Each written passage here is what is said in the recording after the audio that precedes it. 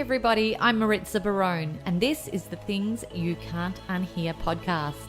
Has there ever been a moment in your life where you heard or read or were told something that you simply could not unhear? Something that caused you to make positive changes so that you could become the best version of yourself?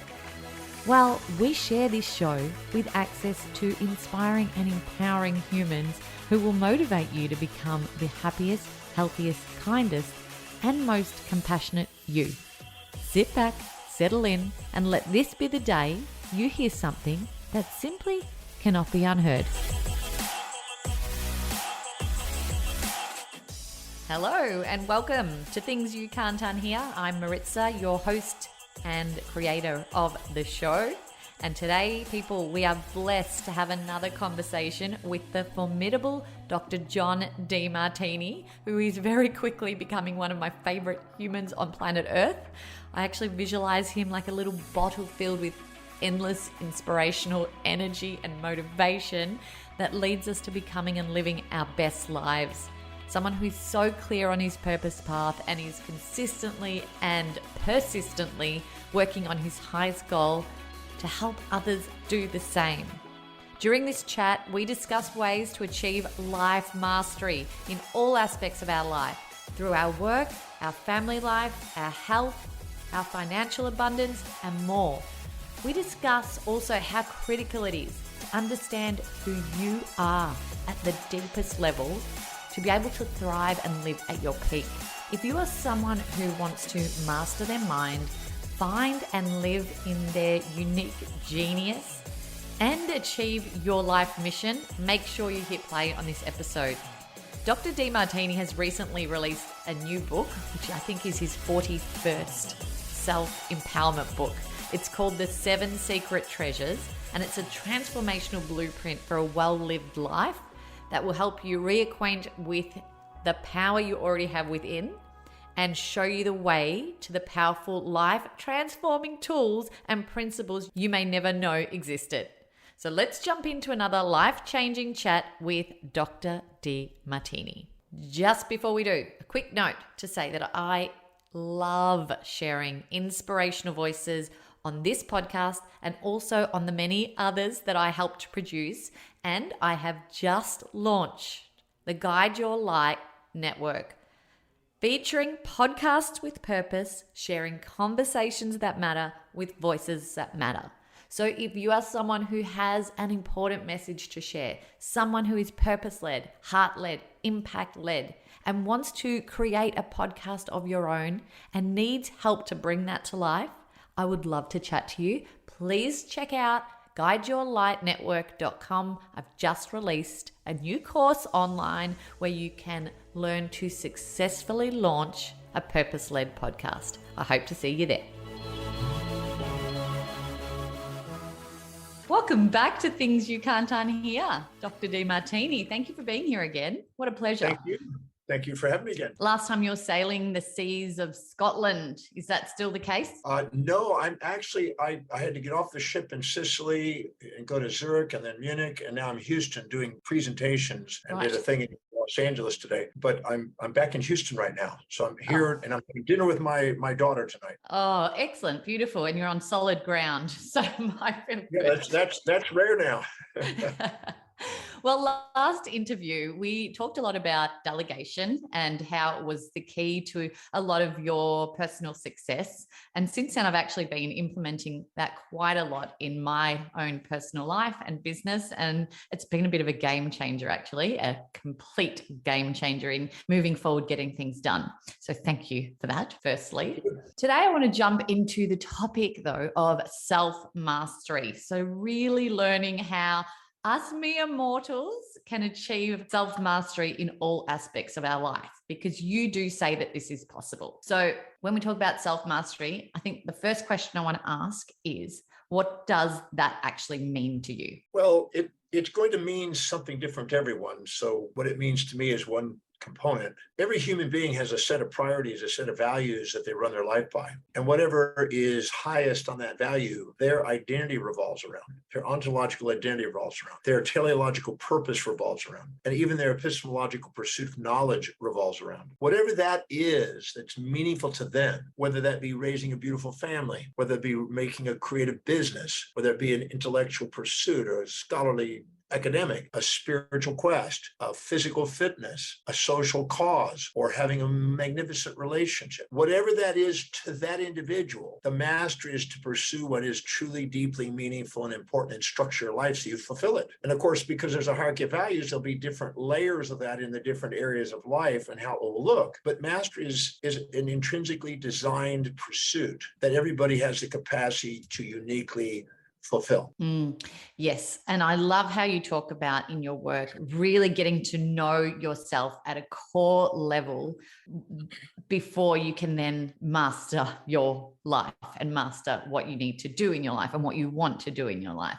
So getting to know ourselves, being authentic to who we are really helps us to shine, doesn't it? It helps us to identify what steps we need to take and not compare ourselves to other people. Well, I actually believe, from my observation over the 5 decades of studying and researching and teaching, is that everything that's going on in our life is actually a feedback mechanism to assist us in expressing our authentic being. All of the symptoms, I've been studying physiology all these years, and I'm now convinced that all the intro and exteroceptive input that our senses internally or externally bring to us is giving us feedback, homeostatic feedback, to make sure we're in that authentic state where we maximum perform and we're most intrinsically driven. Our business is doing that. Our social friendships are doing this. Our relationships are doing this. Our economics are doing this. Our health is doing this.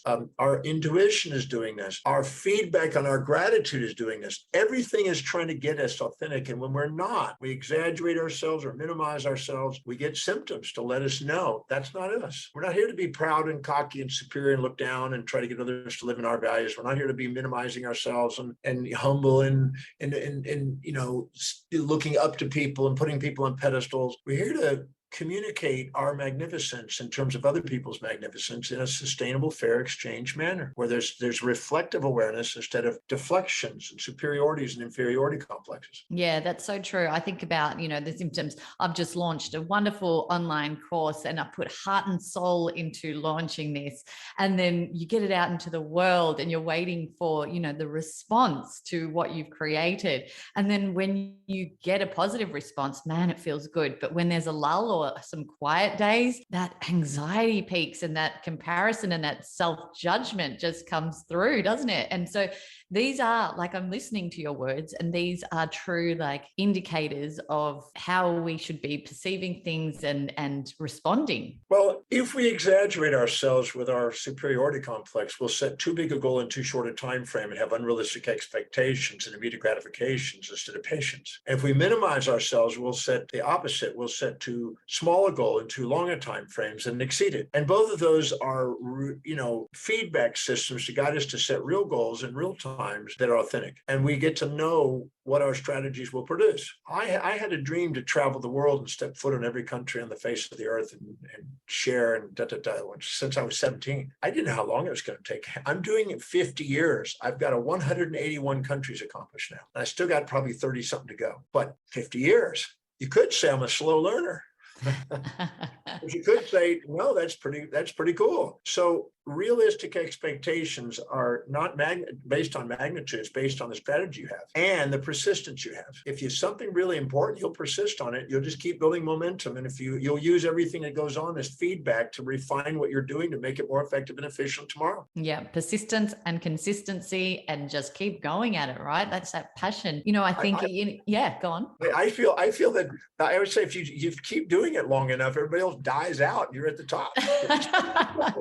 I love that. I love that we're talking about this. And I love that I've noticed the younger generation are implementing these strategies into their businesses earlier on because, they're taking bigger steps earlier on in life to reach their purpose, live at their optimal levels. And I feel like, the older generation has so many behaviors that we've inherited that we've had to unlearn along the way. Are you finding this with the younger generation as well? Well, I think that's the nature of the game.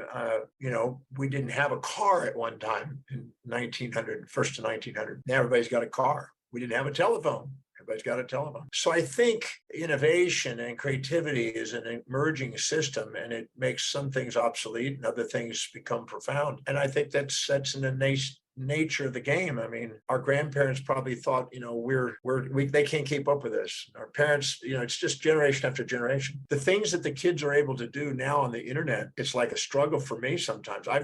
I learned a long time ago, as we've talked about, delegate everything that you require outside motivation to do that you're not inspired by, and let other people who are motivated and inspired to do that, do it. And let me be free to do what I'm masterful at, my core competency. And that's not a lot. It's me. It's teaching, researching, writing, and traveling. That's about it.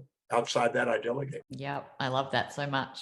So when we link back to self-mastery, you don't believe there's a one-size-fits-all approach to self-mastery, because you believe it's about finding who you are and implementing strategies. So, I mean, you look at Robin Sharma's approach, the 5 a.m. club, and I've watched my husband do this. You wake at 5 a.m., I think it was move, reflect, and grow. That was the strategy. And all before, from 5 a.m., in between 5 a.m. and 7 a.m., before children wake up. Obviously, that's not going to be working for everyone, is it? I mean, that's an approach that is unique to certain individuals and who are potentially morning people, don't have young kids, all of the other elements that tie into it, don't, thrive at that optimal level at that particular time, whatever it is. So yeah, we want sort of life hacks from you, Dr. Demartini, life hacks on how we can really, find our self-mastery through personal knowing, inner knowing. Well, it depends on your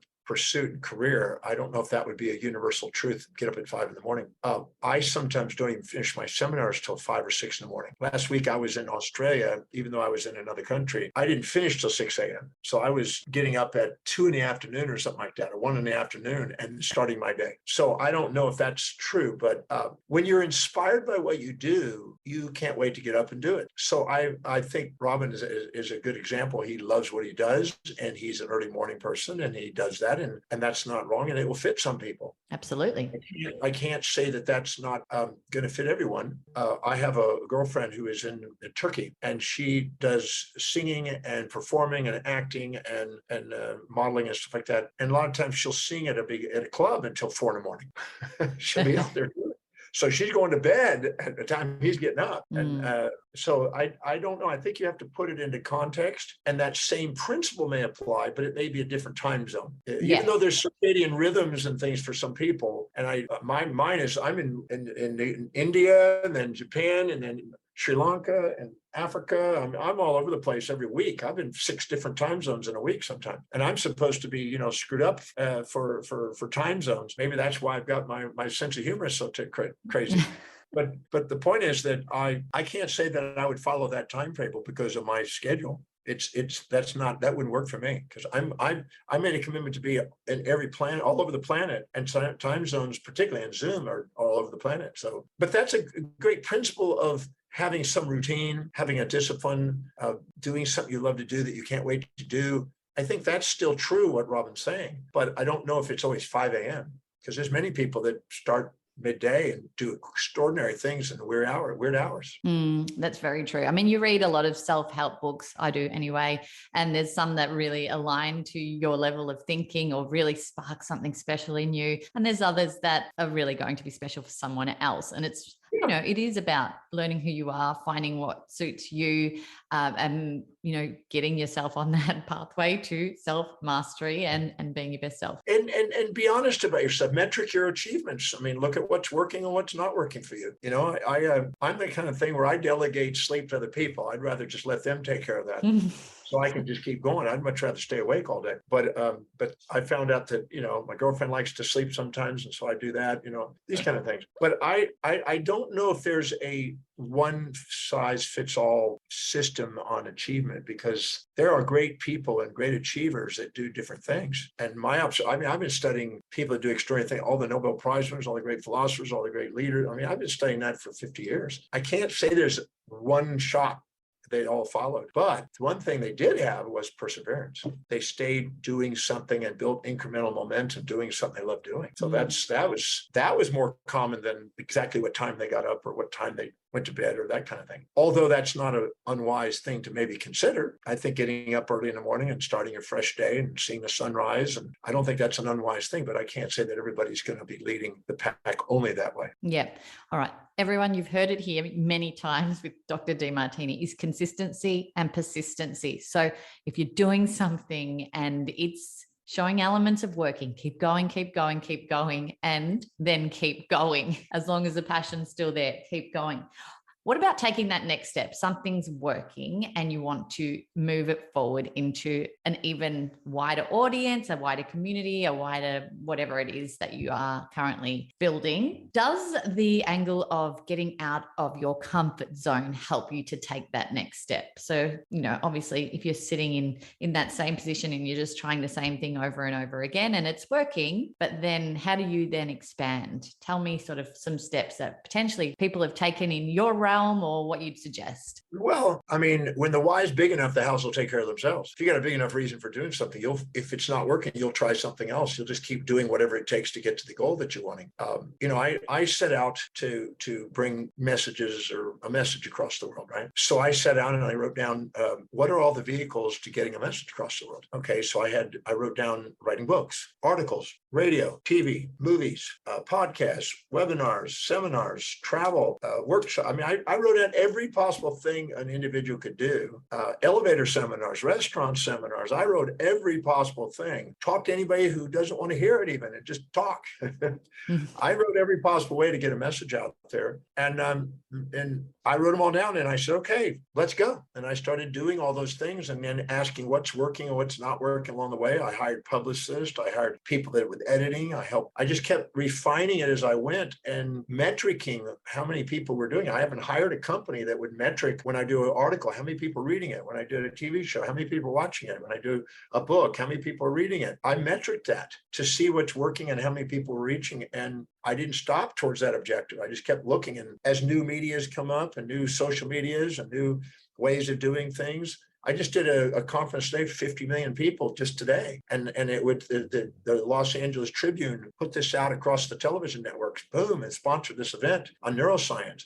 And it went around the world. So I just kept methodically asking, what are the highest priority ways of getting what my goal is, of bringing a message out into the world and sharing. And lo and behold, after a while, you build momentum. Incremental momentum is unstoppable after a while. But you just, at first, it's like compound interest. At first, it's kind of slow, but after a while, it's vertical. It's the eighth wonder of the world, as Einstein said. And I think incremental momentum and building incremental momentum that's unstoppable is a very hard thing to stop. You can't, it moves. So I just keep doing it. I do 5 podcasts in a day. I did 2 seminars a day, 3 podcasts, 2 consults, and I got another one tonight.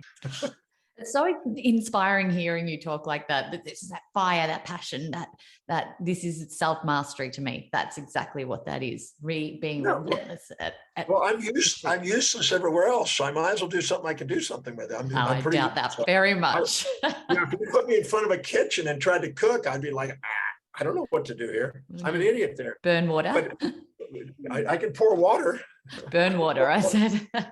Pour water. But I realize that where my talent is, and I just stick to my talent and let it build momentum. But I don't try to, anything that requires motivation, I delegate. That's simple. I only do the thing that inspires me intrinsically from within that I love doing. So my energy is on fire every day. Yeah. If you're grateful for what you're doing, you love what you're doing, you're inspired by the vision of it, you're enthusiastically working towards it, and you're certain about what you're delivering, and you're present while you do it, magic occurs. There's really magical things, because I think everybody wants to be able to express that kind of life. And when they see that, they rally around it and they help you get what you're trying to accomplish.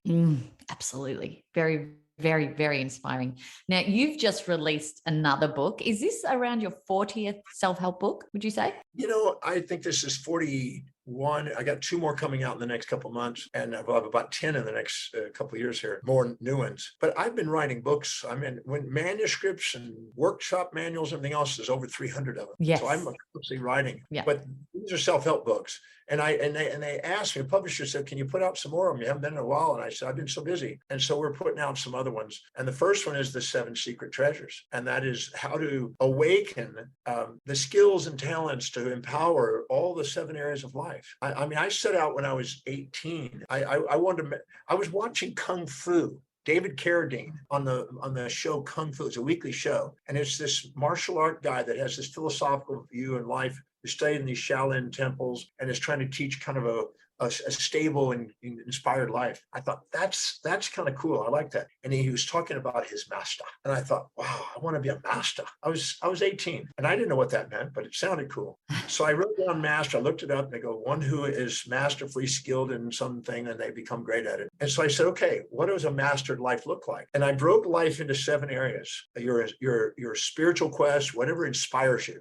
not necessarily religion, it could be, but whatever inspires you, your mind development quest, your career, your finances, your family, your social, your physical. And I sat down and I said, I want to create original ideas that serve human beings across the planet. That was one. I wanted to create a global business that I had students from every country in the world. I wrote that out. I wanted to be financially independent where my money is making me more money than I could be doing working, and I'm doing work only because I love to. I want to have a global family where I don't live in any one place. As you know, I live on a ship that goes around the world. So that way, every country is a room in the house, and all the world is my family. I want to have a social influence where I got to meet amazing people that were in different fields. They were leaders in the field and hang out with them and break bread with them and have them as clients and interact with them. And I also want to have a vital body, an energetic and inspired body. And I'm 68 now, and I'm booming and still going at it. And I believe that's still doable. And then I wanted to create a movement that was inspiring, that wasn't religion, but any religion could be part of it, on how to be grateful for life and how to see the magnificence of daily life. That's what I had dreamed of, and I called that a masterful life. But that's just my version of it. Oh, that's my version too. That's brilliant. But nobody else has to follow that, but that's my version. And I also, from Albert Einstein, he said, the greatest teacher is exemplification. So I want to be a great teacher. So I want to exemplify that. So I set out a goal to go and learn every single thing I could in every field I could on how to master those 7 things. And I've expanded them since then, way more, because those are all being done. And I'm absolutely certain that a human being can live a really, truly magnificent and inspired life. And people laugh at it. I had this guy, I was doing a TV show and I was behind the curtain and then it was waiting for me a cue and I was to come out and sit on this couch next to him, kind of like an Oprah show. And he was I thought he was going to be, asking me certain questions and I was completely thrown off. He says, now, Dr. Demartini, you can't expect, I see you have a new book out. It's called You Can Have an Amazing Life in 60 Days. Now, you can't possibly expect human beings to think they can change their life in 60 days. Now, I mean, really, isn't that just a bunch of hype? And he was kind of skeptical, which is really good because that really gives you a chance to elaborate. And I looked at him and I looked him straight right there. And I said to him, it would be impossible, absolutely impossible to convince me you can't change your life in 60 days. Sir, my life changed in 60 minutes with one man's message. One night when I was ready. And the moment I said that, I got a tear in my eye. And he did too. And he goes, I can see this is something more than what I was going to expect on this interview. So then let's go find out, how do you do that? And at first he was the skeptic. At the end, he was promoting the book. And it was 60 things, action steps that a human being can do. I was asked, 25, 30 years ago, something like that. I was asked to do a thing with Deepak Chopra and Wayne Dyer. And we were going to go 365 days with a 5-minute message each day. And I did 125, each one did 125, and they took them and they were going to make a daily inspirational thing for everybody. And I recorded that. And then we transcribed that and turned it 60 of those 125 into a book. And it was the best 60, we thought. And we made that book out of it. These are practical things that a human being can do that can make a difference in their life. And I really believe those are things that are really useful and tangible that a human being, if they did it, gives them an advantage in life. I agree with that. And I'm a firm believer that it doesn't matter where you've been or what you've come from or what you've experienced. What matters is, are you now going to change trajectory and do the things that are proven to go and do something something extraordinary with your life. If it is, it's your life. And it's a flow-on effect, isn't it? I mean, all of that leads on to all of the other aspects of your life, such as health and well-being, which you mentioned. You're thriving at 68, you're full of energy. Tell us about how we integrate that into these 7 secret treasures. Well, anytime you're living by your highest value, your blood glucose and oxygen goes into the forebrain. Your forebrain, the medial prefrontal cortex, Scientific American is just defined as the seat of the self, just this last month. And therefore, you're most authentic. And in that, it is involved in foresight, strategic planning, mitigating risks, and spontaneous action. There's a thing called spontaneous potentials in the brain that fire off, that are not evoked by sensory experience. They're intrinsically called. And that is initiated when you're congruent with that. And it has nerve fibers that go down into the amygdala with glutamate and GABA, which are transmitters, stimulant and inhibitory. And it calms down the impulses and instincts of distraction that the amygdala tend to initiate. And all the subconscious baggage that we carry around dissolves away when we're living congruently according to what we value. When we do, our physiology, our homeostatic autonomic nervous system, and epigenetics remodel our cell physiology and maximizes the expression of the potential of the cell. It has a perfect balance and homeostasis occurs. So our maximum wellness occurs as a feedback, as a relying feedback to us to let us know when we're authentic. And the moment we're not authentic, we're proud looking down or shame looking up and sacrificing others for us or sacrificing us for others and trying to have futility instead of, in a sense, inspiration, we create symptoms in our body to let us know it. And the body and the psychology and our sociology and our business and all the things around us are actually interpreted as feedback to help us see life on the way, not in the way, to be authentic. And if the second we do, our vitality soars. And I always say that because the frontal cortex is also linked to the visual 5 and 6 of the occipital, and it sees associative areas of vision, and you see your vision. Those are the vision flourish. And so those with the vision also are vital and clear.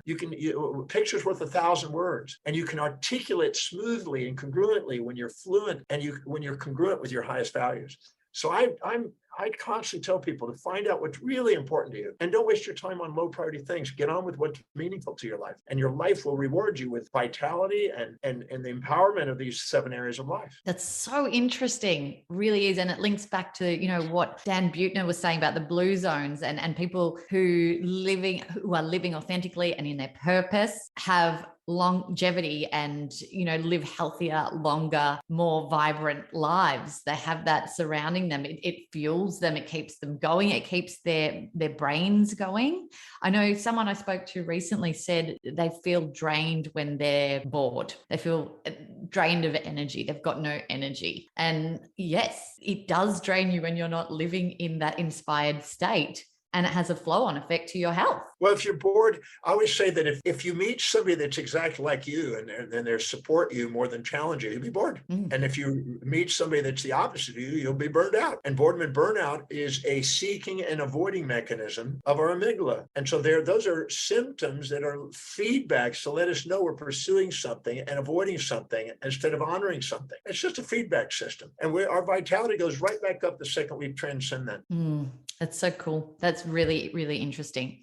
I want to talk about financial wealth because that's something that pops up a lot too. And it's something that you've also touched on in this book because it's important. It is important for all of us. And again, it happens as a flow-on effect to finding your purpose. If financial struggles are there before starting, and delegation is a difficult thing to do because you can't finance the delegation. What are your little hacks for that or suggestions? Well, most people think, well, when I get extra money, then I can afford to delegate. It's the other way around.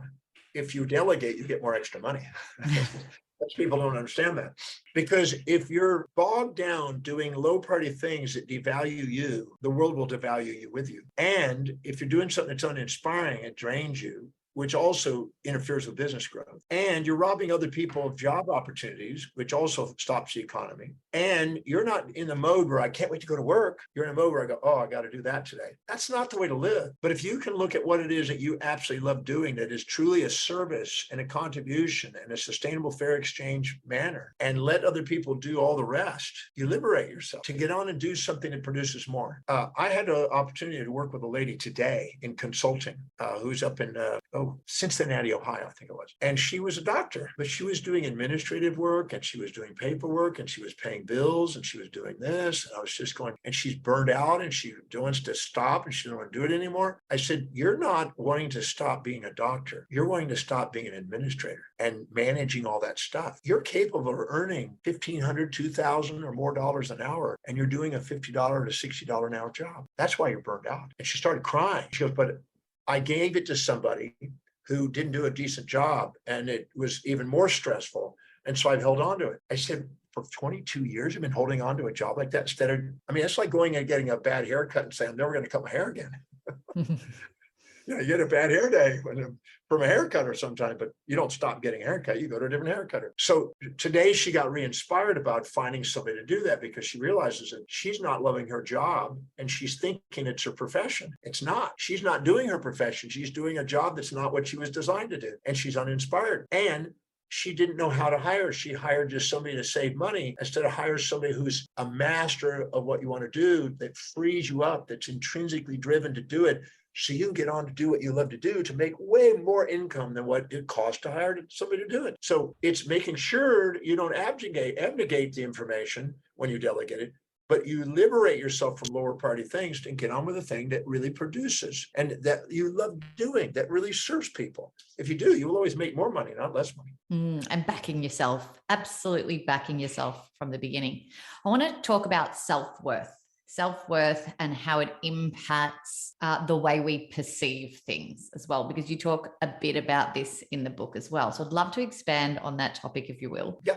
Well, there's a thing called elevated self-esteem, where you're kind of puffed up and proud, cocky, superiority complex, inflated, and self-depreciated self-esteem, where you're deflated and kind of inferiority complex. These are the esteems. If you put those two esteems together and put them together and integrate them, you have true self-worth. When you puff yourself up, it's not you. When you beat yourself, it's not you. When you are you, it's in the center. And true self-worth is always the synthesis of those two oscillating states. If you see one without the other and blind to the other, you're unconscious of your self-depreciation when you're exaggerating, and you're unconscious of your self-appreciation when you're devaluing. But when you actually integrate them and ask questions to see both sides simultaneously, it centers you. And in that is where you grow the most. Now, when you live by your highest values, you're more objective, more neutral, and see both sides. When you're living by lower values, you go into your amygdala and you polarize it with subjective bias, and you can't see things. You're blind to one side. So anytime you're designed to create symptoms there of vacillation and uncertainty and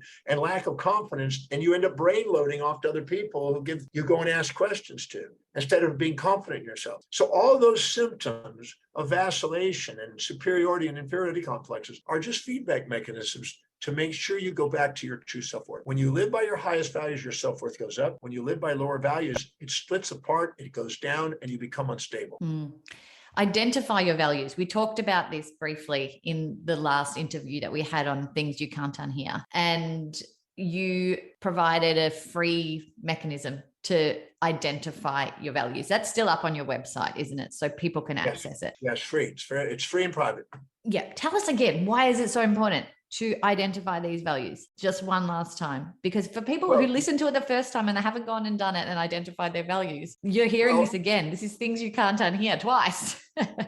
Your highest value, your ontological identity revolves around it. I'll use an example. Let's say that you're a mother, 35 years old. You have 3 children under the age of 5, and your highest value is raising beautiful children. And that you dreamed about doing that. You have a lovely husband. His is about entrepreneurship, and he brings the bacon home, and you take care of those beautiful children. If you walk in a mall, your mind, because of your values, will filter out of that mall anything that allows you to help those children. Children's education, children's health, children's entertainment, children's clothes, children's whatever. You'll filter your reality. There's a pulvinar nuclei in the thalamus that takes sensory information and filters it before it goes to the cortex to conscious level. And you will filter it out according to what you value. So your perceptions, the decisions you make based on that data, and the actions you take will always be according to your value structure. So knowing your hierarchy of values and knowing what's highest on your value is crucial to knowing oneself. And the thing you feel is your calling, your purpose, the thing that's most meaningful is also revolving around your highest value, because that's where you're spontaneous or inspired. And your epistemological knowledge, where you are most knowledgeable, where you're most skilled, and where you're going to excel most is based on your highest value. So that is where you're going to get excellence out of yourself, where you're going to have the most fulfillment. Aristotle called that highest value the telos, the end in mind.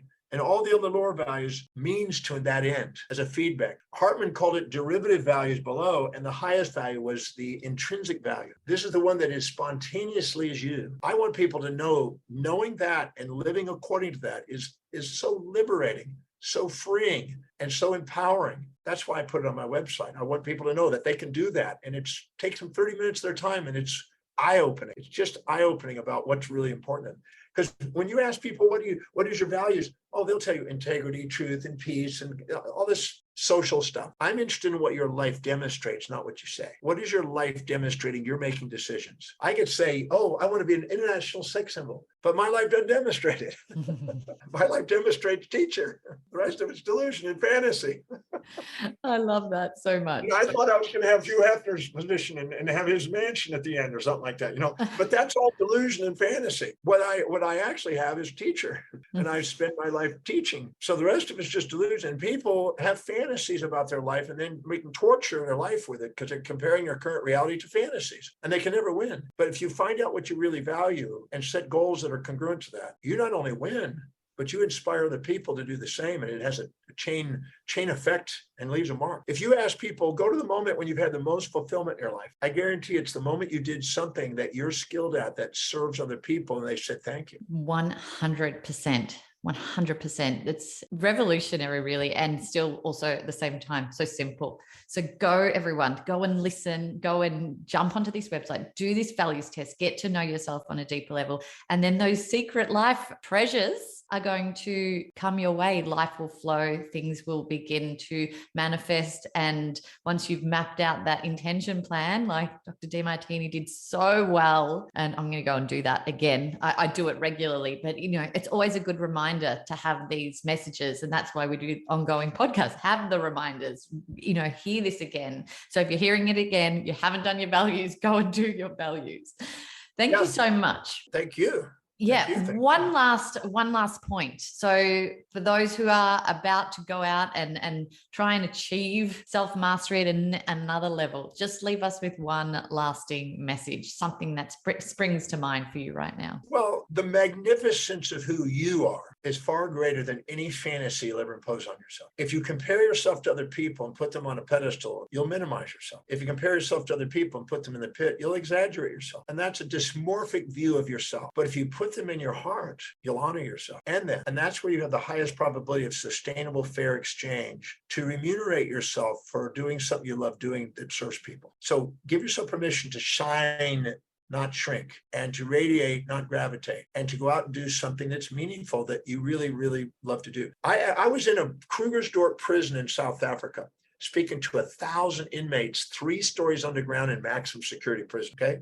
The headlines that day in the newspaper, Demartini returns to prison, classic PR.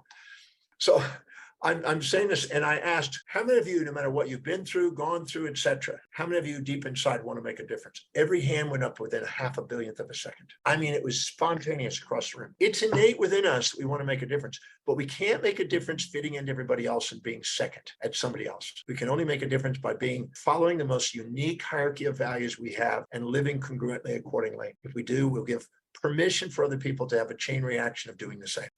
Beautiful. So beautiful. I could do this every morning. Chat to you every morning. I feel like I have a light of inspiration shining from within. And I hope everyone listening has that same feeling. You certainly do have a way of inspiring, motivating, enlightening people with your words and with your teaching. So I am beyond grateful that you continue to share this in this epic way every single day of your life for all of us to, gain your magic. Wow. They say that you cannot see, this is written even in biblical times.